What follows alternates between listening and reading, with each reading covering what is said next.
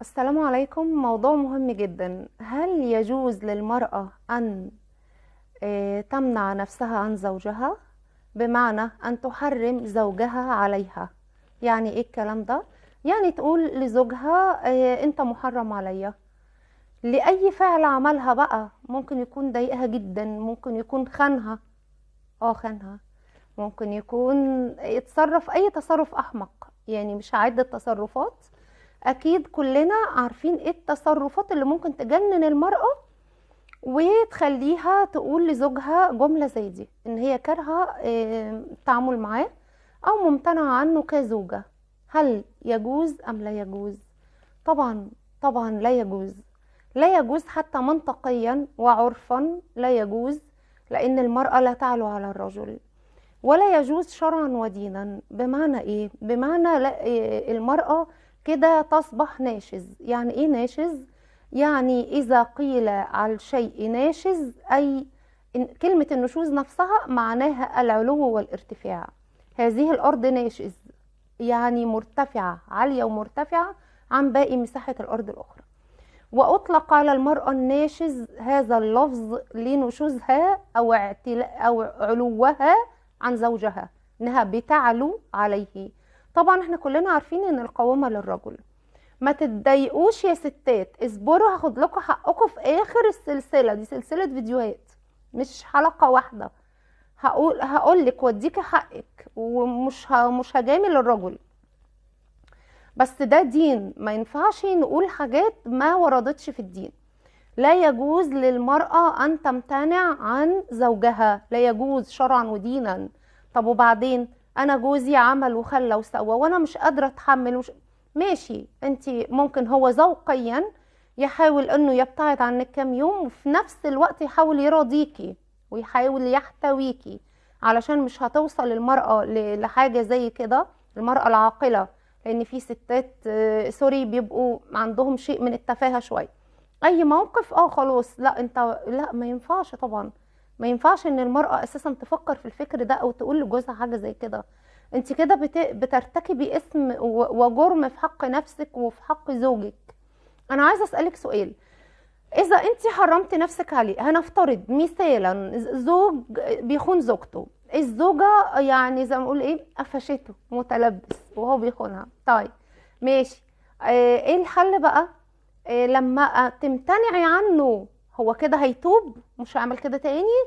بالعكس، ده انت بتقولي لو عملت كده مرة اعملها 10 مرات. والخيانة لها انواع، مش شرط يكون جاب ادنى درجات الخيانة. الخيانة لها انواع. هنكمل السلسلة في الحلقة المقبلة. السلام عليكم. كنا بنتكلم على المرأة الناشز التي تعلو على زوجها وتمتنع عنه. طيب الزوجة بقى، الزوج الخاين اعمل معاه ايه؟ انا جوزي بيخوني ونفسيا وجاب لي اكتئاب والحاجات دي كلها.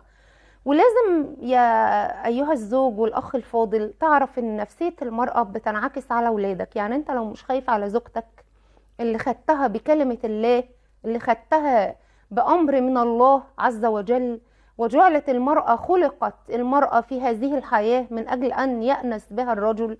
ده في بداية خلق آدم، لما خلق الله عز وجل آدم فطلب فيما معنى، يعني مش عايزة أطول في الفيديو، فيما معنى السياق إن طلب سيدنا آدم أن يخلق له ما يأنسه، فخلق له أمنا حواء. طيب انت حاجة بتؤنسك وبتحتويك وسكن لك، انت برضو حافظ على مشاعرها، واعرف ان مشاعرها دي منعكسة على البيت ومنعكسة على الولاد. واعرف ان الزوجة بتتعب، انا عارفة انك بتتعب كتير جدا جدا جدا. والانسانة اللي ما تعرفش ان جوزها بيتعب وبيشقى وبيشوف المر بره، ايا كان البوزيشن الوظيفي بتاعه ايه.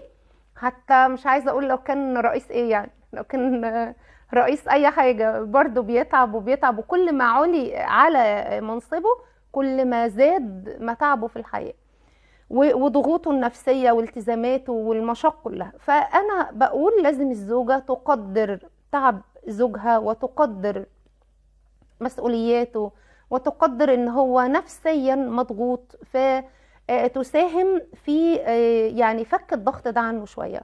طب والزوج، هي كمان صدقني مضغوطه وشايله عنك مسؤوليات انت مش عارف حجمها. تعرف حجمها امتى؟ عايز تعرف حجمها وتتاكد؟ قول لها يا حبيبتي تعالي اوديكي اسبوع عند باباكي او في بيت اهلك، او غايبه على البيت اسبوع، وعيش بقى، شوف ولادك هيعملوا فيك ايه، وشوف البيت والتزاماته ودنيته، وتبات تفكر هتطبخ ايه وتعمل ايه وتجيب ايه. موال كبير جدا يعني، موضوع مش هين. طيب احنا دلوقتي هنتكلم ان شاء الله في الفيديو المقبل عن الزوج الخاين، ازاي اتعامل معاه الزوج الخاين اللي هيخليني مش عارفة اكمل رحلتي مع ولادي، ومش عارفة اربي ولادي، ومش عارفة اتعامل معاهم، عشان نفسيا مدمرني. انا هتعامل ازاي واقوم بالمسؤوليات ازاي؟ ان شاء الله الحلقة المقبلة عن الزوج الخاين.